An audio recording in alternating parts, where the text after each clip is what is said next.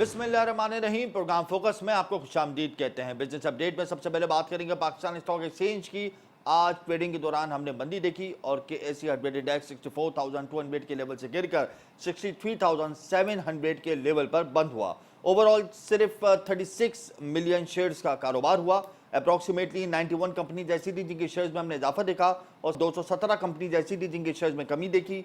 तो ओवरऑल आज मंदी का रुझान बा। एक वक्त पर 700 से ज़ायद पॉइंट्स की कमी देखी हमने हंड्रेड इंडेक्स में। सरमायाकार इंतहाई मुहतात हैं, सियासी गहमा गहमी उरूज पर है, जिसकी वजह से सिलेक्टेड स्टॉक्स को फोकस किया जा रहा है। रिफाइनरी और ऑयल एंड गैस सेक्टर के शेयर्स में खरीदो फरोख्त का सिलसिला आज देखा गया, लेकिन ज़्यादातर जो स्टॉक्स हैं उनको बेचने पर तरजीह दी गई। सेंटिमेंट्स बहुत ज़्यादा वीक हैं, सरमायाकार मुहतात हैं, सियासी दबाव की वजह से, सियासी गहमा गहमी की वजह से।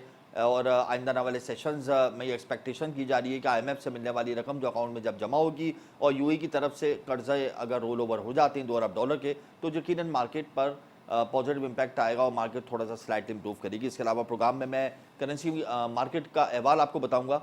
इंटरबैंक मार्केट में डॉलर दौरान ट्रेडिंग 280 रुपये 24 पैसे से घटकर 280 रुपये 10 पैसे का हो गया।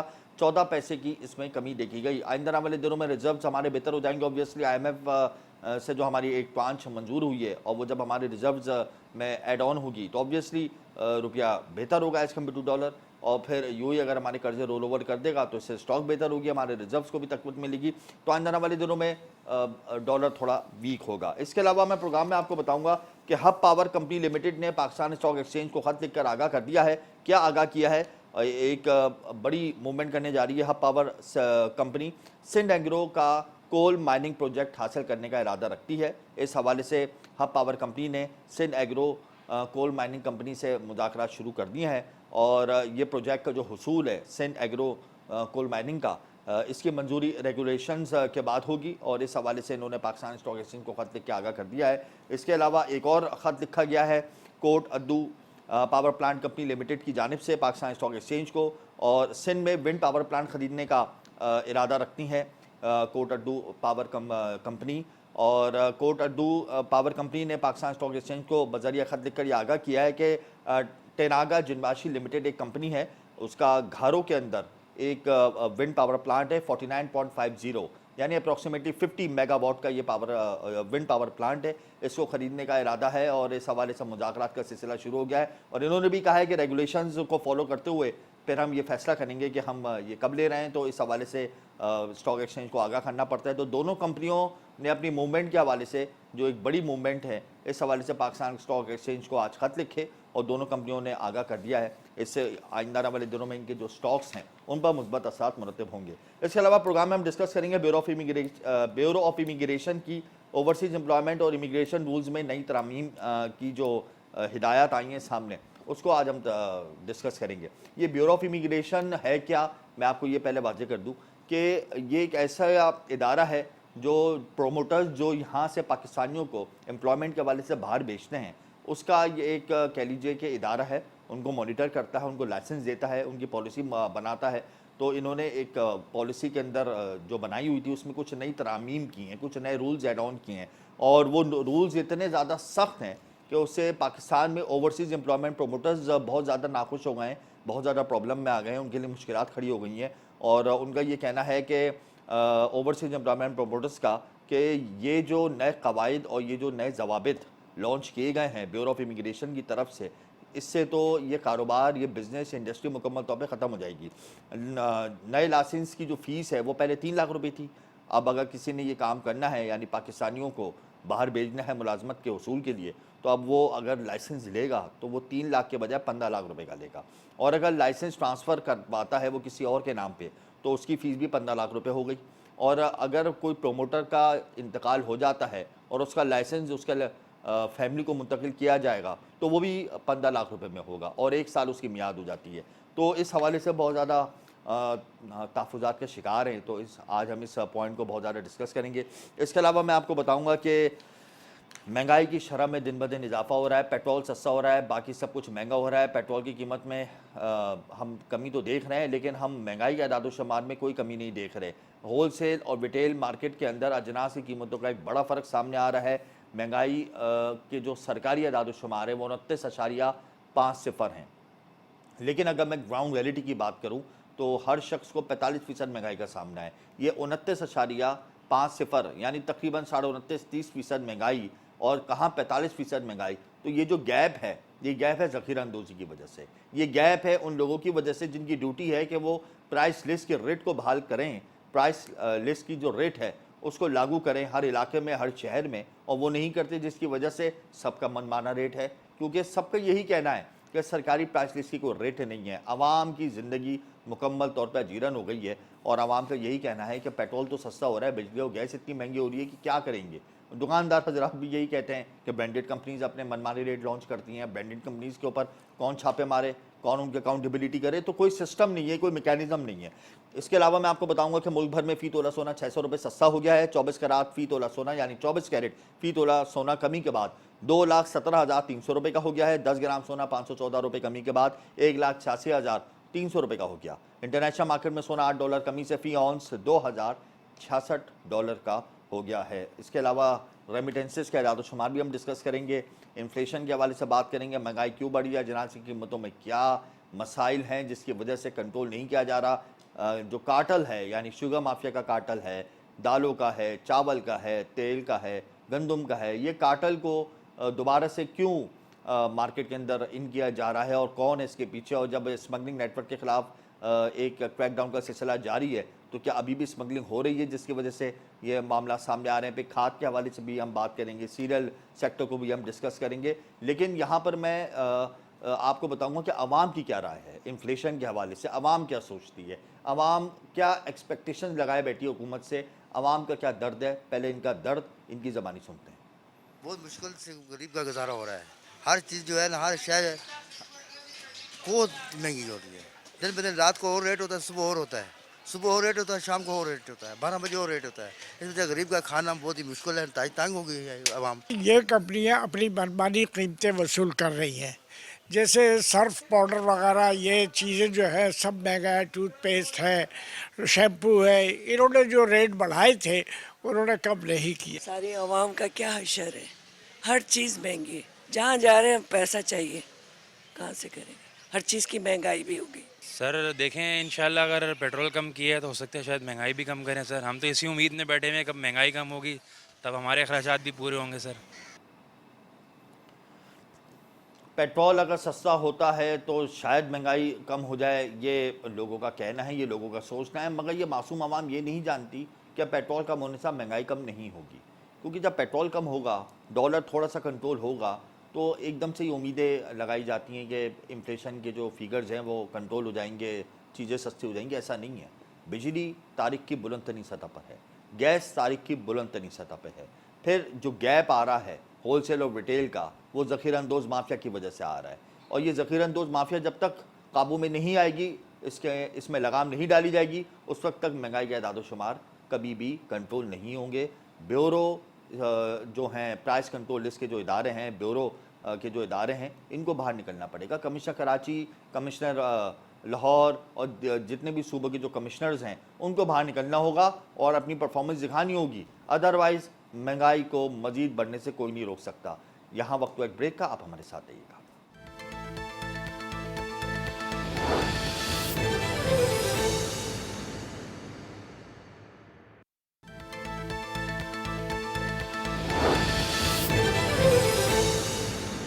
Welcome back. Bureau of immigration ने ओवरसीज एम्प्लॉयमेंट और इमिग्रेशन रूल्स में नई तरमीम कर दी हैं और इतनी सख्त तरमीम की हैं कि लाइसेंस फ़ीस 3 लाख से बढ़ाकर यकदम 15 लाख रुपए कर दी है। 12 लाख रुपए का जंप हुआ है और इस हवाले से जितने भी ओवरसीज एम्प्लॉयमेंट प्रोमोटर्स हैं वो इंतहाई परेशान हो गए हैं, नाखुश हो गए हैं। उनका ये कहने का भी ये सेक्टर किस तरीके से रन करेंगे। इसी हवाले से स्टूडियो में इस वक्त हमें ज्वाइन कर चुके हैं अदनान पराचा, बहुत शुक्रिया, साबिक तर्जुमान है ओवरसीज एम्प्लॉयमेंट प्रोमोटर्स के।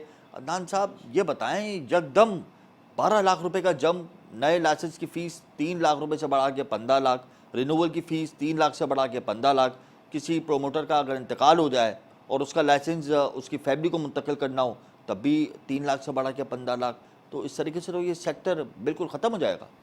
जी बहुत शुक्रिया जी, यही लम्हा फ़िक्रिया है हम लोगों के लिए, हमारी एसोसिएशन के लिए। हमारे 2500 प्रमोटर जो इस टाइम पे काम कर रहे हैं पूरे पाकिस्तान में, और हमारे यूथ को जो पाकिस्तान से बाहर एक्सपोर्ट कर रहे हैं, और जो हमारे आर्मी चीफ़ का और हमारे निगरान गवर्नमेंट का और हमारे वज़ीर आज़म साहब का जो फोकस है कि हमारा work force, skilled work force यहाँ से बाहर जाए, तो अगर जिस स्किल्ड वर्क फोर्स को और यूथ को बाहर भेज के 30 से 31 अरब डॉलर की रेमिटेंसेस जो ट्रेड ला के दे रही है, अगर आप उनको फैसिलिटेट नहीं कर सकते, आप उनको बिजली गैस तो हमने मांगी नहीं, हमने तो सिर्फ ये कहा कि हमारी लाइसेंस की फ़ीस ना बढ़ाई जाए।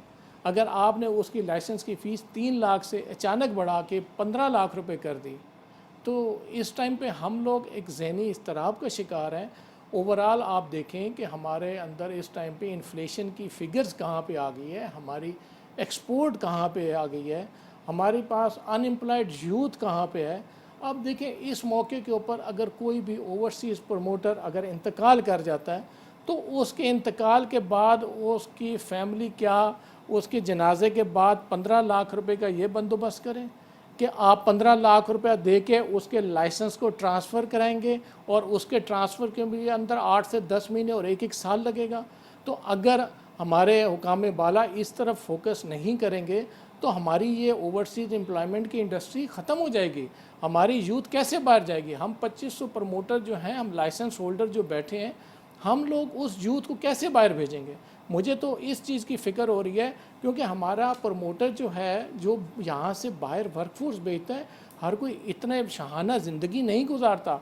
वो महीने के अंदर 15, 20, 25, 30 लोगों को यहाँ से अपनी कैपेसिटी के हिसाब से यहाँ से बाहर एक्सपोर्ट करता है, और वही लोग जो है कतरा कतरा दरिया बनते हैं और वर्कफोर्स जो है हमारी रेमिटेंस भेजती है।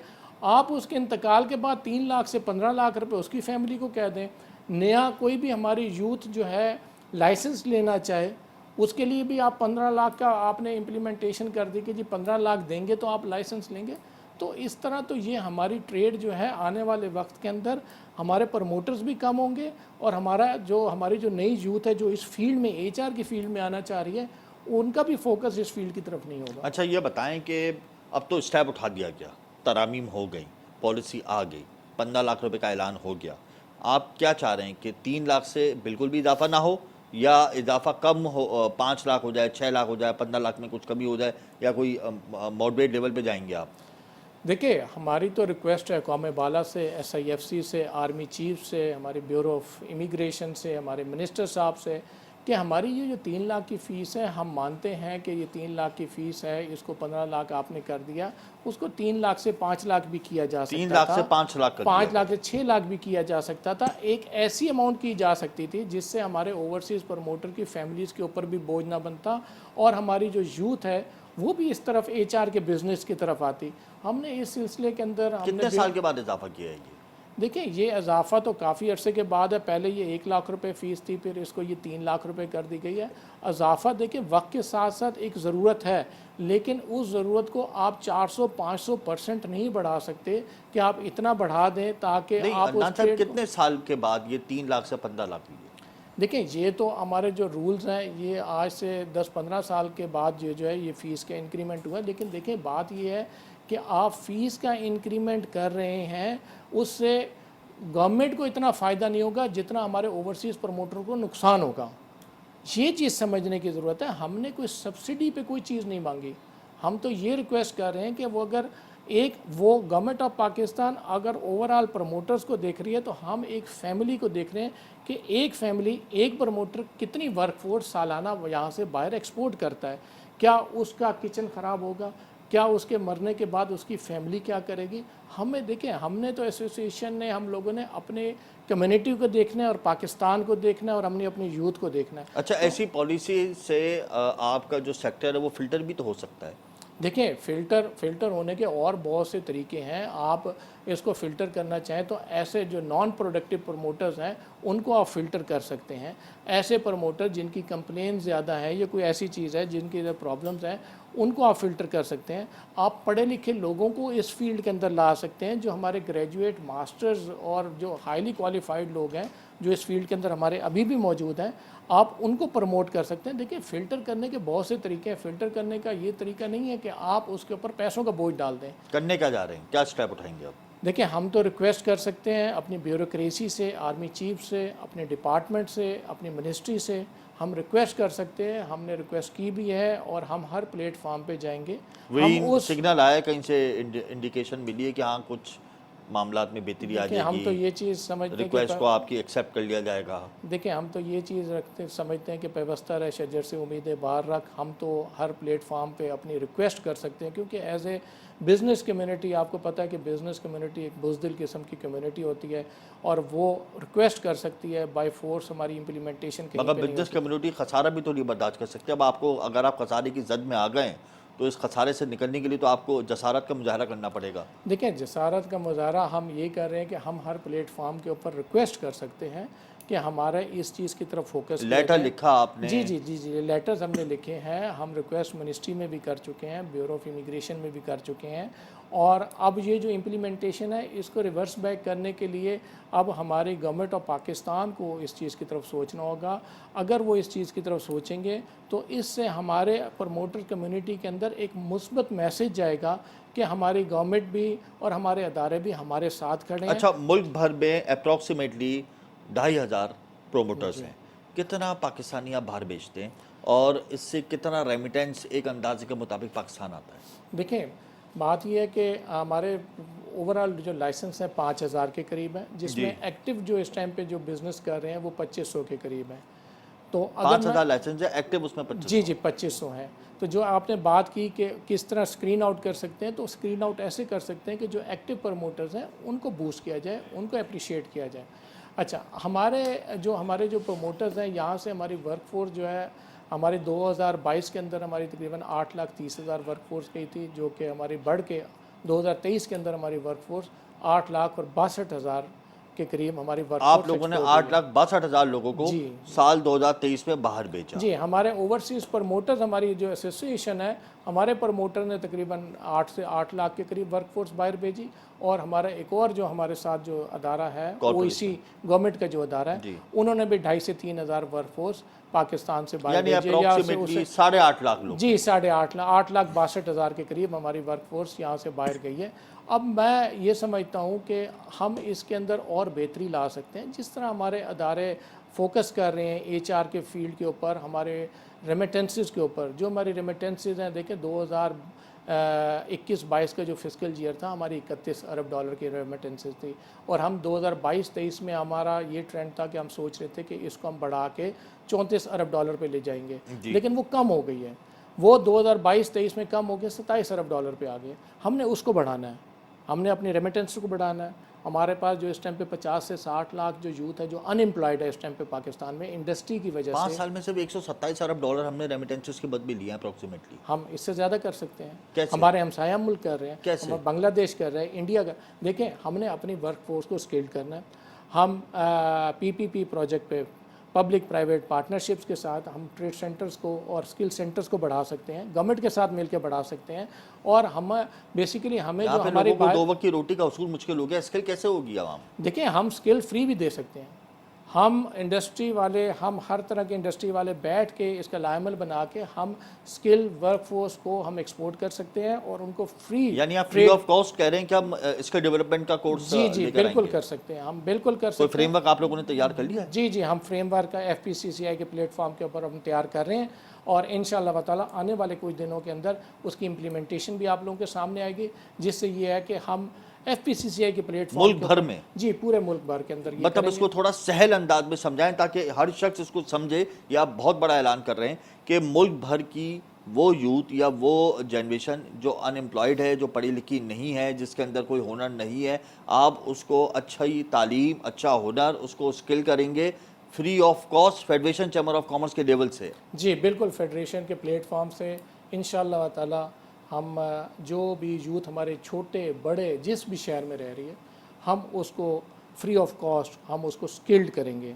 हम उसको स्किल्ड करने के बाद हम उसी वर्कफोर्स को लोकल इंडस्ट्री में भी इस्तेमाल Import करेंगे करेंगे आप उसको? जी जी, लोकल इंडस्ट्री के अंदर भी वो उसका इम्पैक्ट पड़ेगा जी। और हमारी वही यूथ जो है यहाँ से बाहर जाएगी, जो कि इस टाइम पे जैसे यूरोपियन कंट्रीज़ के अंदर 12 से 14 लाख वर्कफोर्स की ज़रूरत है और सालाना ज़रूरत है, हमारे शेंजन यानी कंट्रीज उनको आप ही लोग बाहर भेजेंगे? जी जी, हम लोग भेजेंगे, वो खुद भी उनके पास एक प्लेटफॉर्म आएंगे। देखिए बाहर की बहुत सी ऐसी कंपनीज हैं यहाँ पे अदनान साहब मुझे ब्रेक लेना है। बहुत बड़ी बात, बहुत अच्छी खबर, लेकिन यहाँ वक्त ब्रेक का, इस टॉपिक को हम कंटिन्यू करेंगे।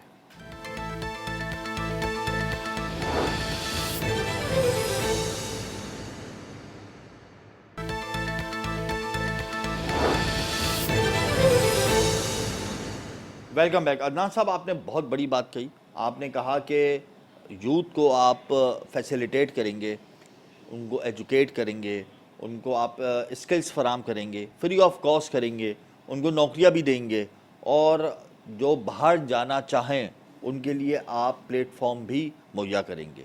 यानी इतना फैसिलिटेट करना तो हुकूमत का काम होता है। फेडरेशन चैम्बर ऑफ कॉमर्स के लेवल से अगर ये आप स्टेप उठाने जा रहे हैं, आपके एसोसिएशन ये स्टेप उठा रही है बाय सोर्स ऑफ FPCCI, तो ये तो बहुत बड़ी खबर आपने दे दी है। कितने बच्चों का टारगेट है? मुल्क भर के अंदर किस तरीके से जाल बिछाएंगे अपना? देखिए, अब FPCCI में जो नई बॉडी आई है बड़ी एनर्जेटिक और यंग है, और मैं समझता हूँ कि अगर हम इस चीज़ की तरफ हम यूथ के लिए हम फोकस करें, आने वाले 2 साल का अगर हम टारगेट बनाएं, तो मैं ये समझता हूँ कि हम हर छोटे बड़े शहर के अंदर मिला के हम पूरे पाकिस्तान से ईयरली जो है हम तकरीबन 70 से 80 हज़ार जो है यूथ को स्किल्ड कर सकते हैं। अगर हम टारगेट आपका 70 से 80 हज़ार? जी, 70 से 80 हज़ार इंशाअल्लाह ताला हमारा टारगेट है, और ये टारगेट हम इंशाअल्लाह ताला अचीव भी कर लेंगे। इसमें यह है कि हमारी कोलैबोरेशंस हम कर रहे हैं डिफरेंट प्रोविंशियल गवर्नमेंट्स के साथ, जैसे पंजाब गवर्नमेंट के साथ हमारी डिस्कशन चल रही है, FPCCI की चल रही है, उसके अंदर हम उनको ऑन बोर्ड ले रहे हैं। इसी तरीके हम KP की गवर्नमेंट से बात करेंगे, सिंध गवर्नमेंट से बात करके, बलूचिस्तान, तो हम एक इसको वफाक के अंडर ले आके इसको हम इसकी इम्प्लीमेंटेशन करेंगे। और इसके अंदर जो हमारा जो फोकस है वो हमारा सिर्फ एक ही फोकस है कि हमने यूथ को स्किल्ड करना है, ताकि जो हमारी बेरोज़गार यूथ है उसके पास एक हुनर आ जाए, क्योंकि बाहर के सर्टिफिकेशन भी देंगे, डिग्री भी जी देंगे? बिल्कुल। इसके अंदर हम पहले उसको प्रैक्टिकल हुनर सिखाएंगे, कुछ महीनों का प्रैक्टिकल हुनर सिखाने के बाद उसके बाद उसकी सर्टिफिकेशन करें गवर्नमेंट के अंडर। जब हमारे गवर्नमेंट ऑफ पाकिस्तान उसकी सर्टिफिकेशन कर देगी तो वो यूथ हमारे पास अवेलेबल होगी यहाँ के काम के लिए भी, और वही हुनरमंद यूथ हम बाहर भेजेंगे, जो कि इस टाइम पे यूरोप और हमारे खलीजी ममालिक के अंदर जो एक सिस्टम और पैटर्न चेंज हुआ है कि अब उनको सर्टिफाइड यूथ चाहिए, सर्टिफाइड बच्चा चाहिए, स्किल्ड, हाईली स्किल्ड।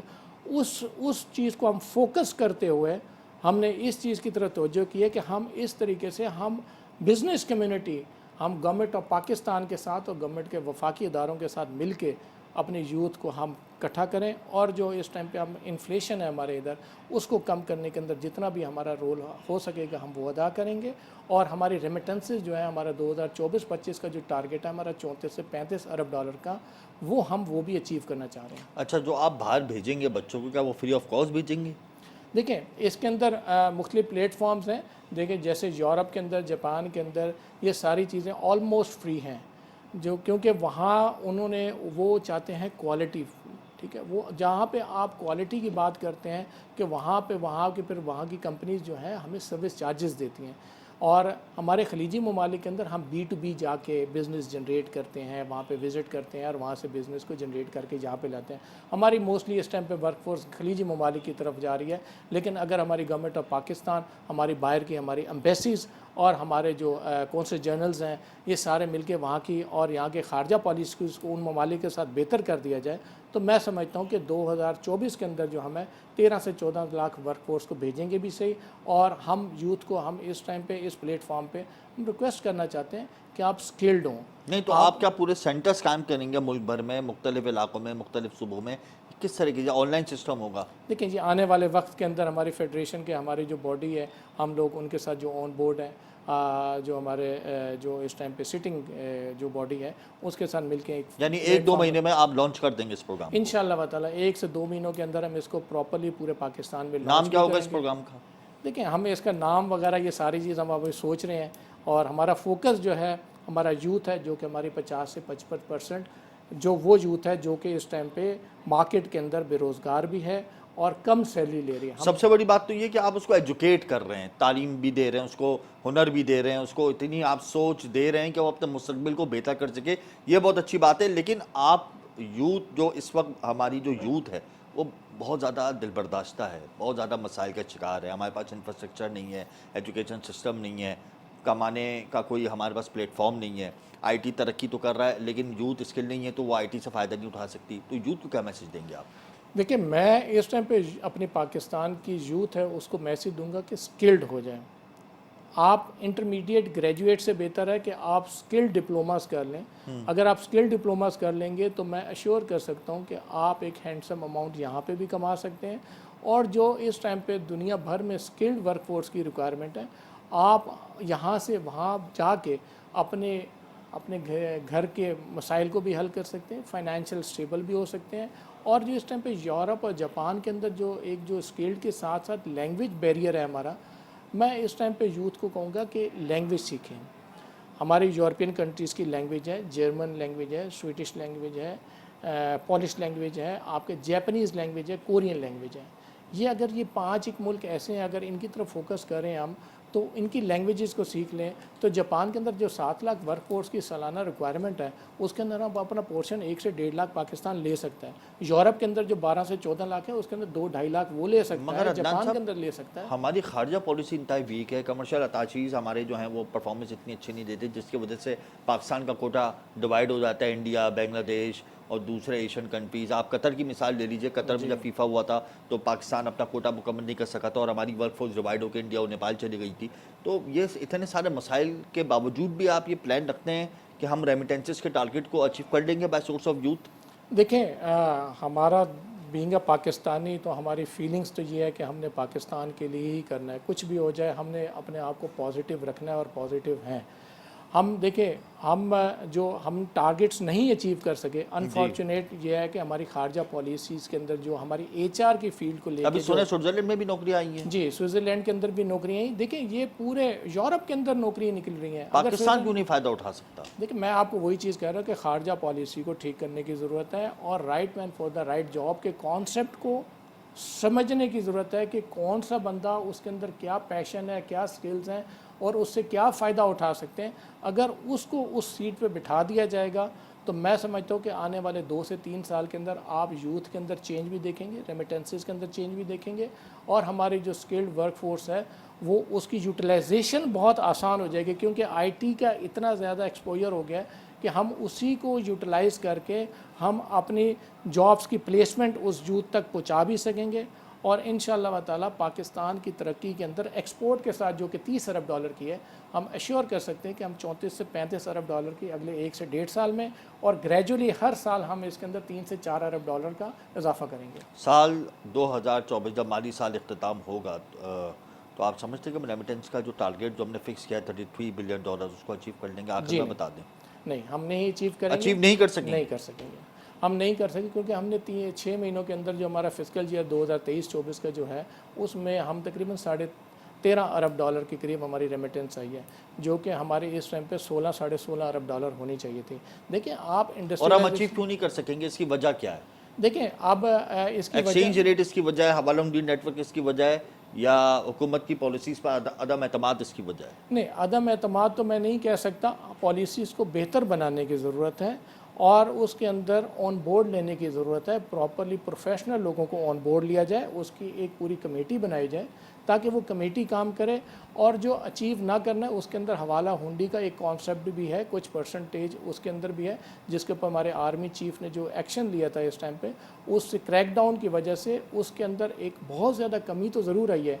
लेकिन हम चाह रहे हैं कि जो हमारा टारगेट जो रखा गया था पिछली गवर्नमेंट ने, तो जो 32 से 33 अरब डॉलर का, वो 33 अरब डॉलर का वो हम अचीव नहीं कर पाएंगे। हम, मेरे ख्याल से 2023-24 का जो फिस्कल ईयर हमारा जो क्लोज़ होगा वो हमारा तकरीबन 27 अरब डॉलर पे ही क्लोज़ होगा। हालांकि हमारी वर्कफोर्स ज़्यादा गई है और हमारा 27 अरब डॉलर पे हमारा रेमिटेंस का फिगर रहेगा इस साल के इख्तिताम तक, ये आपका कहना है? ये फिस्कल ईयर 2023-24 का जो क्लोज़ होगा जून 2024 में, वो 27 अरब डॉलर से ऊपर नहीं जाएगा।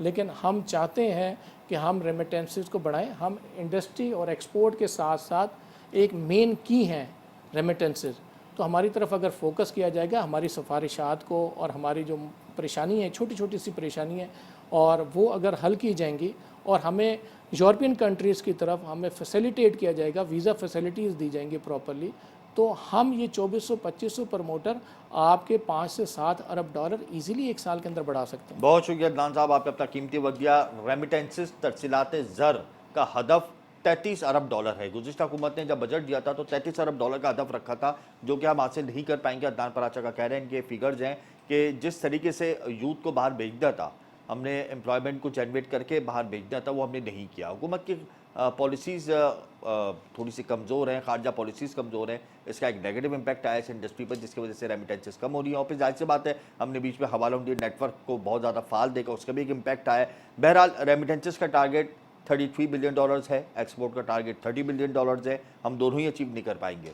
एक्सपोर्ट का टारगेट हम इस वजह से अचीव नहीं कर पाएंगे कि जो कॉस्ट ऑफ डूइंग बिजनेस है वो बहुत ज़्यादा बढ़ गई है। बिजली और गैस के नर्ख में बहुत ज़्यादा इजाफा हो गया, रिकॉर्ड इजाफा हो गया, जिसकी वजह से एक्सपोर्ट के जो ऑर्डर्स हैं वो अचीव नहीं होंगे, मीट नहीं होंगे। इसके अलावा जो रेमिटेंसेज हैं, जो फिगर्स जो अभी आ रहे हैं और उन फिगर्स को जो हम सामने रख रहे हैं, तो उससे तो हमने ये नतीजा खस किया है कि हम रेमिटेंसेज के टारगेट भी अचीव नहीं कर पाएंगे। मुश्किलात बढ़ेंगी, माली मुश्किलात बढ़ेंगी। इसके लिए ब्यूरो ऑफ इमिग्रेशन को प्रोमोटर्स को सपोर्ट करना होगा, प्रोमोटर्स के साथ बैठ के कोई ना कोई पॉलिसी बनानी होगी ताकि यूथ से पाकिस्तानी मईशत को फ़ायदा हासिल हो, मुस्बत असरात मुरतब हो सकें। या वक्त एक ब्रेक का, आप हमारे साथ रहिएगा।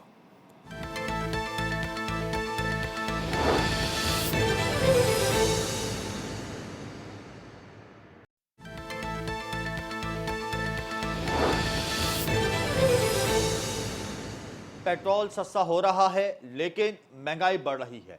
डॉलर कंट्रोल हो रहा है लेकिन महंगाई बढ़ रही है। सरकारी एजाद-ओ-शुमार के मुताबिक महंगाई 29.50% पे है, लेकिन अगर मैं ग्राउंड रियलिटी की बात करूं तो हर शख्स को तकरीबन 45% महंगाई का सामना है। महंगाई की जो एजाद-ओ-शुमार है, इसकी जो अकाउंटेबिलिटी है, उसको क्यों सही तरीके से जांचा नहीं जा रहा है सरकारी इदारों की जानिब से, और आइंदा आने वाले दिनों में अजनास की कीमतें कहाँ पर ट्रेड होगी, इस हवाले से प्रोग्राम में इस वक्त मुझे ज्वाइन कर चुके हैं chairman wholesalers and grocers association Mohammad Abdurrauf Ibrahim. बहुत शुक्रिया अब्दुर्रऊफ साहब। इसके अलावा हमारे प्रोग्राम के दूसरे मेहमान हैं chairman cereal association of Pakistan Muzammil Rauf Chappal साहब।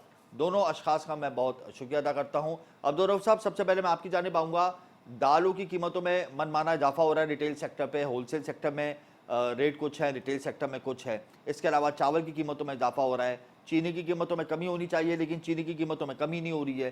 तो सार्फिन को बहुत ज़्यादा परेशानी का सामना है और आइंदा आने वाले दिनों में तो मजीद बिजली और गैस के नर्ख महंगे होंगे, तो महंगाई को कहाँ देखेंगे आप? देखिए अगर आप ये सोच रहे हैं कि महंगाई ख़त्म हो जाएगी तो ऐसा लग नहीं रहा है। इसकी वजह ये है कि गवर्नमेंट रेट कायम नहीं हो रही है। जी, गवर्नमेंट कायम होनी ज़रूरी है। देखिए होलसेल की बुनियाद पे तो रेट बढ़े हैं, माना जाए, क्योंकि जो इंटरनेशनल बाज़ारें भी जी, दालों की, ज़ाहिर सी बात है उनका इफेक्ट आया है, वो $100 बढ़ चुकी हैं क्योंकि इंडिया बड़ा बायर है। दूसरा, हमारे यहाँ जो सिलसिला चल रहा है जी, कि कोई चेक बैलेंस का कोई सिस्टम आज तक तो राइज हो नहीं रहा है। रोज हम बातें करते हैं जी, फला आदमी कमिश्नर से बात करें, डीसी से बात करें, चीफ सेक्रेटरी से करें, किससे करें। अब रहा स्टिक। अब वो स्टिक के अलावा हमारे पास हल कोई नहीं है। हम लोग अभी इंतखाबात खेल रहे हैं। जी, असल जो हमारे लिए मुश्किलात खड़ी हो रही हैं, आप ये अंदाजा लगा लें कि 450 दर्जन अंडा हो चुका है और 700 रुपए किलो मुर्गी का गोश्त हो चुका है। बिल्कुल ऐसा ही है। आप अंदाजा लगाएं, प्याज 240 रुपए हो चुकी है। आप अंदाजा लगाएं, दालों में 50 से लेकर 70 रुपए तक का इजाफा हो चुका है। होलसेल की बात कर रहा हूं अभी मैं आपसे। अभी आप आगे चलें, चावल में 60 रुपए किलो तक का इजाफा हो चुका है। आप चलें आटे में जिसका रेट काउंट होना चाहिए 120-25 रुपए होना चाहिए, वो 135 क्यों है और 140 क्यों है। देखिए ये अमल दरामद गवर्नमेंट ने कराना है, गवर्नमेंट रिट ने करवाना है, मैंने नहीं करवाना है। ये अब खुद हम साख्ता तौर पे इजाफा हो रहा खेलने तो जा रहे है, हैं। ये खुद साख्ता तौर पे इजाफा किया जा रहा है। देखिए खुद साख्ता क्या होता है? खुद साख्ता तो कुछ भी नहीं होता। ये होती है एक सिस्टम मतलब जो आप हिस्से अपनी बने हुए हैं। कॉस्टिंग अगर आप निकालेंगे बताएं, और उस हिसाब अभी से एक आप मेरी अपनी बात कीमत आप मुकर्रर कर लेंगे। देखिए आप मेरी बात सुने। जी, चालान आप काटते हैं, जो भी डीसी निकलते हैं, एसी निकलते हैं, वो चालान काट रहे हैं। मुझे पहले सवाल का जवाब आप दे दें, कि आटे के रेट मुकर्रर हुए थे 131 और 133 जी फाइन आटे के, क्यों बिल्कुल। आज बिक रहा है 140 रुपए कार्टल कार्टल क्यों बिक सिस्टम है रहा ना, है कार्टल है। 132 शुगर माफिया का अलग कार्टल है, फ्लोर माफिया का अलग कार्टल है, तो अवाम तो ये कार्टलाइजेशन के बीच में जकड़ी हुई है। अच्छा, अब मैं अब तो रऊफ चैपल साहब, मैं आपके पास आऊंगा। रऊफ चैपल साहब, मेरा आपसे सवाल है, ये बताएं कि जो होलसेल और रिटेल का जो गैप है, देखें एक हमने बाहर से अगर इंपोर्ट किया अजनास, अव्वल तो हम ज़रूरी मुल्क हैं, फिर भी हम बाहर से अजनास इंपोर्ट कर रहे हैं। अजनास को हम बाहर से इंपोर्ट करते हैं, मैन्युफैक्चरर और मिल मालकान के पास जाता है, फिर मिल मालकान से होलसेलर मार्केट में आता है, फिर होलसेलर से रिटेल में जाता है। तो ये जो पूरी एक साइकिल है, चेंज साइकिल है, इसमें जो गैप आ रहा है और ये जो गैप खुद साख्ता तौर पे बढ़ता जा रहा है, इसका कसूरवार कौन है और आइंदा आने वाले दिनों में इस गैप के मुतालिक आप क्या प्रिडिक्ट करते हैं? बिस्मिल्लाहिर्रहमानिर्रहीम। सर बहुत शुक्रिया, आपने हमें मदऊ किया है इधर। जी सर अभी इस वक्त जो सबसे बड़ा जो अहम मसला चल रहा है इंपोर्ट और एक्सपोर्ट के हवाले से, मैं आपको उस पर आपको कहूँगा कि नज़र ज़रूर डालें। रेड सी। एक तो ईरान, रेड सी जो है सर, इस वक्त ईरान की हिमायत याफ्ता यमन के जो कोसी जो हैं, जी उन्होंने हमला किया है और मुतवातिर हमले कर रहे हैं, जिसकी वजह से हमारा सारा निज़ाम जो है शिपमेंट्स का, जाने वाली हो चाहे आने वाली, इंपोर्ट एक्सपोर्ट्स दोनों का निज़ाम जो है वो बुरी तरह से मुतासर हो चुका है।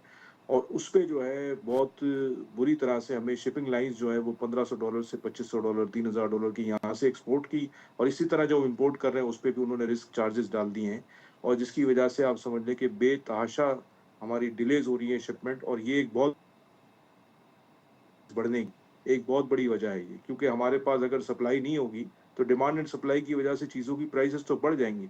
और आप ये समझ लें कि हमारी 30 से 40% चीज़ें जो हैं इसी बहरे अहमर से आती हैं। और हमारी जो तेल की जो हमारा निज़ाम है, जो ऑयल का निज़ाम है, वो भी सारा यहीं से आता है। ऑयल टैंकर्स वगैरह भी 30-40% जो है यहीं से आते हैं। तो ये आप समझें कि ये बहुत बड़ा एक आलमी मसला बन चुका है और पाकिस्तान भी इससे बहुत ज़्यादा मुतासिर हो रहा है। तो मैं समझता हूँ कि सर एक चीज़ अगर वाफिर मिकदार में मैसर होगी तो जी प्राइजेस जो है वो स्टेबल ज़रूर होंगी। इसी की वजह से आप पूरे साइकिल का गैप बढ़ रहा है, इन्फ्लेशन के रेट आइंदा आने वाले दिनों में मजीद बढ़ेंगे, लोगों को शदीद मुश्किलात होगी, इसी वजह by source of Red Sea, by source of shipment. Sir देखें ना, जो भी हमारी शिपमेंट्स हैं ऑलमोस्ट जो है वो यहीं से आती हैं। जो भी यूरोप है या रशिया है, यहाँ से जो भी कार्गो आएगा वो यहीं से घूमते हुए आएगा, तो लाजमी तौर पे वो तो इफेक्ट हो जाएगा सर।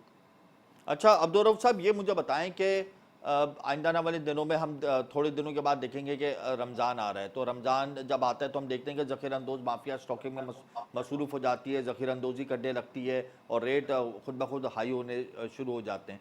तो उससे पहले कुछ बेहतरी की तवक्को है या नहीं? ये रमज़ान भी होश रुबा महंगाई के साथ गुजारेंगे लोग? देखिए, अभी जो मुजम्मिल भाई ने अभी बात की, बिल्कुल सही बात की है। जी ये रेट बात की है, बिल्कुल सही है, लेकिन ये हालात सही हो जाएंगे और अभी चल भी रहा है। ऐसा नहीं है कि शिपमेंट नहीं आ रही है, लेकिन थोड़ा डिले हो रहा है। इससे इतना बड़ा इफेक्ट नहीं आएगा। लेकिन ये मैं आपको ये ज़रूर बता दूं कि रजब अभी शुरू हो गया है और शाबान है। रमज़ान में कारोबार नहीं होता है, रजब शाबान में दालें बनती हैं, चावल, सब खरीद जो होती है ना, लोग जो परचेज करते हैं वो रजब शाबान में ही करते हैं। अब सवाल ये रहा कि कौन ज़ख़ीरा कर रहा है अभी रमज़ान में। मैं आपके टीवी के तवज्जुह से बोलता हूँ कि अगर आपको ज़ख़ीरा कोई, आप मेरे साथ भी चलें तो मैं आपको बता सकता हूँ कि रमज़ान के महीने से पहले 2 महीने पहले ही हमारे मुसलमान भाई अल्हम्दुलिल्लाह जो होलसेलर है, रिटेल बेस पे तो लूट मारी लगी हुई है। जी वो तो लूट है।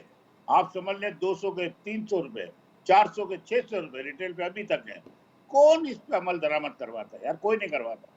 सवाल सबसे बड़ा ये है कि हम, अगर हम बोलें कि एज ए मुसलमान भी हम सोचें, और आज जो यानी हम इलेक्शन, होलसेल मार्केट में ज़ख़ीरा अंदोज़ी तो हो रही है ना, होलसेल मार्केट में खुद साख्ता रेट तो है।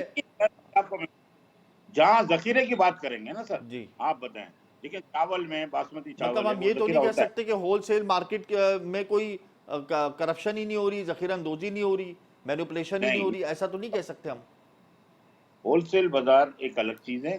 जो आड़ती वगैरह जो माल स्टॉक बिल्कुल करते हैं, बिल्कुल। जाहिर करते हैं, साल साल के लिए जखीरा रखते हैं, उसका मैकेनिज्म बना ही नहीं। जब आप रीफाइनेंस देते हैं तो फिर ये जखीरा होना शुरू हो जाती है चीजें।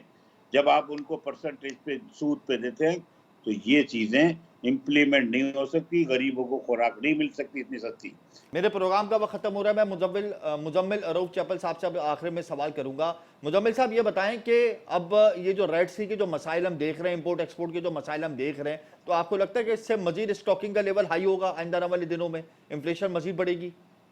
सर देखें, हमारी जो सप्लाईज हैं वो डिले जरूर हुई है लेकिन रुकी नहीं है, आ रही सही है। हैं। तो मैं ये समझता हूँ कि ये नॉर्मलाइज हो जाएगा आने वाले एक हफ्ते में, 10 दिन में।